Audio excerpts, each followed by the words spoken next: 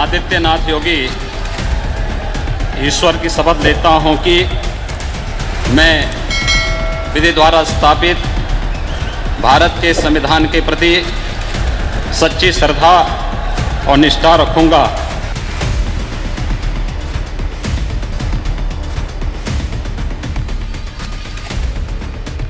उत्तर प्रदेश की राजनीति में चर्चित चेहरा और भाजपा के फायर नेता गोरखपुर के सांसद योगी आदित्यनाथ एक ऐसे नेता हैं जिसने कई सालों से हिंदू और हिंदुत्व के मुद्दे पर यूपी ही नहीं बल्कि पूरे प्रदेश में अपनी ललकार दिखाई है।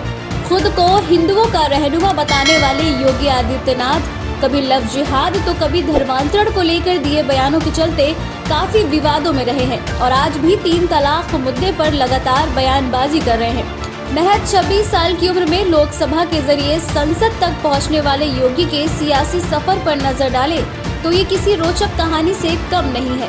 5 जून 1972 को उत्तराखंड के पौड़ी गढ़वाल में जन्मे अजय सिंह बिष्ट उर्फ योगी आदित्यनाथ ने गढ़वाल यूनिवर्सिटी से गणित में बीएससी की पढ़ाई पूरी की और इसी दौरान वो गोरक्षा पीठ के महंत अवैधनाथ जी के संपर्क में आए, जिन्होंने पहले ही नजर में योगी की क्षमता को भांपते हुए उन्हें अपना शिष्य बना लिया और फिर बाद में योगी ने बिना माता पिता को बताए गोरखपुर जाकर संन्यास धारण कर लिया और अजय सिंह बिष्ट से बन गए योगी आदित्यनाथ। संन्यास लेने के बाद करीब 4 साल बाद अवैधनाथ ने योगी को अपना उत्तराधिकारी बना लिया और इसी तरह योगी गोरखनाथ मठ के महंत बने।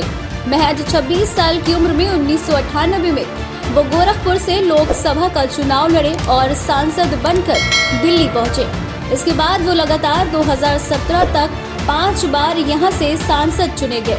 पूर्वांचल की कई अन्य सीटों पर भी उनका रसूख बनते चला गया। बाद में उन्होंने हिंदू युवा वाहिनी का गठन किया। 2017 के विधानसभा चुनाव में जब बीजेपी ने यूपी में प्रचंड जीत हासिल की तो सीएम के पद पे कई दावेदारों के नामों की चर्चा हुई और अंततः बाजी लगी योगी के हाथ।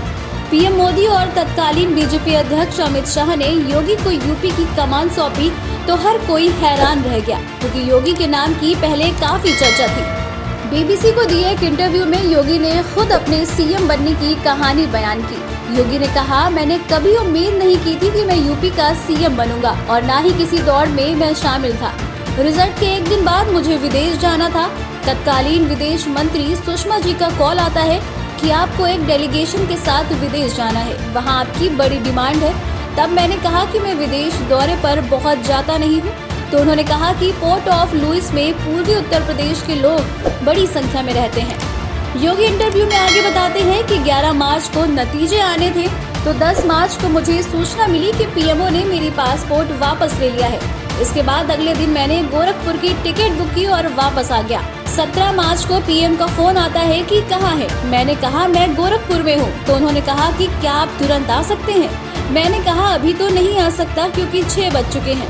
उन्होंने कहा कि सुबह आपके लिए चार्टर्ड प्लेन भेज रहा हूँ। अगले दिन मैं उससे दिल्ली चला गया और जैसे ही गया तो उन्होंने कहा कि आप सीधे लखनऊ चले जाइए, आपको शपथ लेनी है। तो मैंने कहा कि काहे की? तो उन्होंने कहा उत्तर प्रदेश के सीएम की। शुरुआत में कानून संबंधी लिए गए योगी के फैसलों से यूपी में इनामी बदमाशों ने खुद थाने जाकर सरेंडर किया तो उनके फैसलों की तारीफ होने लगी।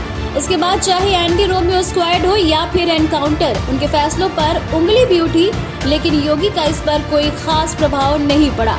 तमाम आलोचनाओं के बावजूद भी तमाम टीवी सर्वे में उनकी लोकप्रियता बनी हुई है।